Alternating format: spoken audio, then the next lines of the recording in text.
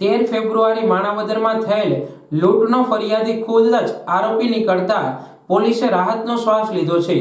કપાસના દલાલ દિનેશભાઈ કાલરિયા 9.30 લાખની રોકડ લઈ પેમેન્ટ આપવા જતા હતા, ત્યારે લૂંટારાઓએ રસ્તા પર રોકી બાઇક પરથી પછાડી લૂંટ કરી નાસી ગયેલા તેવી ફરિયાદ કરી હતી। પોલીસે ઊંડાણપૂર્વક તપાસ કરતા ખુદ જ પોતાનું 15 લાખનું દેવું ચૂકવવા યુક્તિપૂર્વક આ લૂંટનું કારસ્તાન રચ્યું હોવાનું પોલીસે જણાવ્યું છે। માણાવદરમાં પોલીસે તપાસ કરતા ફરિયાદી જ આરોપી નીકળ્યો છે। પોતાનું અંગત 15 લાખનું દેવું ચૂકવવા લૂંટ થઈ હોવાની યુક્તિ બનાવી હતી।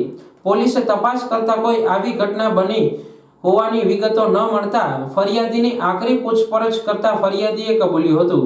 વાયદા બજારના સોદામાં 15 લાખની ચૂકવણી કરવાની હોય તેથી પેમેન્ટ લૂંટાયા હોવાની વાત ઉપજાવી કાઢી હતી।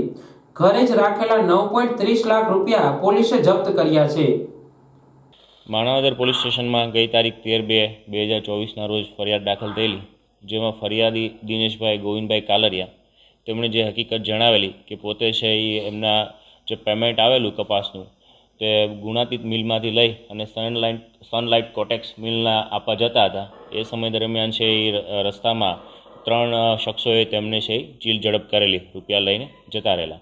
તો આ 9,30,000 રૂપિયાની છે એ આઈપીસીની કલમ 379 એ મુજબ છે માણાવદર પોલીસ સ્ટેશનમાં ફરિયાદ દાખલ થયેલી।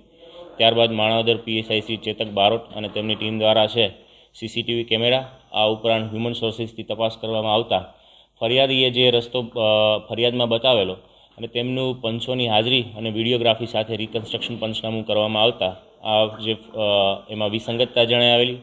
આ ઉપરાંત તેમને જે સાહેદો ફરિયાદમાં જણાવેલા તેમની પણ યુક્તિ પ્રયુક્તિથી પૂછપરછ કરતા આ બનાવને સમર્થન મળેલ નહીં, તો તેના આધારે છે એ ફરિયાદીને વધુ યુક્તિ પ્રયુક્તિથી પૂછપરછ કરતા ફરિયાદી અંતે છે ભાંગી પડેલ અને તેને હકીકત જણાવેલી કે વંથલી કોર્ટમાં એક ચુકાદો આવવાનો હોય જેમાં તેને 15 લાખ રૂપિયા જેવી રકમ છે એ થવાની શક્યતા હતી। તો તેનાથી ગભરાય અને આ જે રૂપિયા જે મિલનું પેમેન્ટ હતું 9,30,000 એ આપવું ના પડે એટલા માટે પ્લાન બનાવેલો અને આ જે રકમ છે પોતાના ઘરે મૂકી અને ફરી છે એ આ જાંબુડા નાકાનો જે કાચો રસ્તો છે ત્યાં આવીને ઊભો રહી ગયેલો અને આ પોલીસને આવી જાણ કરેલી। આ જે ફરિયાદ અને તપાસ દરમિયાન છે ફરિયાદી એકલા જ હતા। આ જે તપાસ કરવામાં આવેલી છે તેમાં ફરિયાદી એકલા જ હોય, અન્ય કોઈ વ્યક્તિ આમાં સંડોવાયેલ નથી, પરંતુ ફરિયાદી અગાઉ પણ વાયદા બજારમાં છે એ તેમના નુકસાન જતાં પોતાનું ઘર અને 8 થી 10 વીઘા જમીન વેચાઈ ગયેલી હોય, એટલે આ જે છેલ્લે જે વંથલી કોર્ટનો જે ચુકાદો છે તેમાં 15 લાખ જેવી રકમ ના ભરવી પડે તેના માટે છે તેમને આખો આ પ્લાન બનાવેલો। સાહેબ 7 દિવસ સુધી પોલીસે શું કર્યું? પોલીસ દ્વારા ખૂબ ઊંડાણપૂર્વક આ કેસમાં તપાસ કરવામાં આવેલી। સૌપ્રથમ તો ફરિયાદીએ જે હકીકત જણાવેલી તેના આધારે છે જેટલા સાહેદો હતા તેમની વિગતવાર તપાસ કરેલી। ત્યારબાદ સીસીટીવી જે બનાવ જાંબુડા નાકાનો જે કાચો રસ્તો છે આ ઉપરાંત મીતડી દરવાજાનો જે રસ્તો છે એ તમામ સીસીટીવી કેમેરા, પેટ્રોલ પંપ આ ઉપરાંત રેસ્ટોરન્ટ અને અન્ય પ્રાઇવેટ માલિકીના જે સીસીટીવી કેમેરા છે તે ચેક કરવામાં આવેલા। ફરિયાદીએ જે રૂટ બતાવેલો તે બાબતે પણ તપાસ કરવામાં આવેલી। ત્યારબાદ ફરિયાદીની વિગતવાર પૂછપરછ કરતાં એમાં જે વિસંગતતા આવેલી, એમાં જે અલગ અલગ હકીકત સામે આવતા ફરિયાદીને વિશ્વાસમાં લઈ અને યુક્તિ પ્રયુક્તિથી પૂછપરછ કરેલી। અન્ય સાહેદો જે સાયકલવાળાની જે વાત હોય અથવા તો જે સૌપ્રથમ આ ફરિયાદીએ જેને હકીકત જણાવેલી તે સાહેદની વાત હોય તે તમામને વિશ્વાસમાં લઈ અને પૂછપરછ કરતાં આ છે સમગ્ર હકીકત સામે આવેલી। સાહેબ આ કોઈ પક્ષ સાથે જોડાયેલ છે, પૂર્વ નગરસેવક છે એવી વાત સામે આવી છે, હાલમાં પણ તેમના હોદ્દાઓ ઘણા છે, શું છે એ માટે?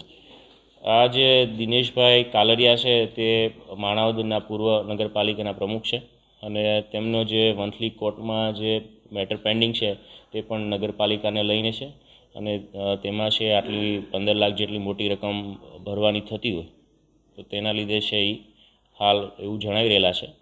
તો આ બાબતે પણ માણાવદર પીએસઆઈ શ્રી અને તેમની ટીમ છે એ વધુ પુરાવા મેળવી રહી છે અને તેમના વિરુદ્ધ છે એ ફાઇનલ ભરવામાં આવશે। આ ઉપરાંત ખોટી ફરિયાદ આપી અને જે પોલીસની ટીમ છે તેમને આ બાબતમાં જે સમયની બરબાદી થઈ છે તે બાબતે એમના વિરુદ્ધ પણ કાયદેસરની કાર્યવાહી. જે ગુનો દાખલ કરવામાં આવેલો છે તે તો જે 9,30,000 રૂપિયાની જે હકીકત જણાવેલી એ બાબત આઈપીસીની કલમ 379 અને 114 મુજબ થયેલો. ઉપરાંત હવે જે ફરિયાદ છે એ એમની વિગતવાર પુરાવા મેળવી અને કાયદેસરની કાર્યવાહી તેમના વિરુદ્ધ કરવામાં આવશે.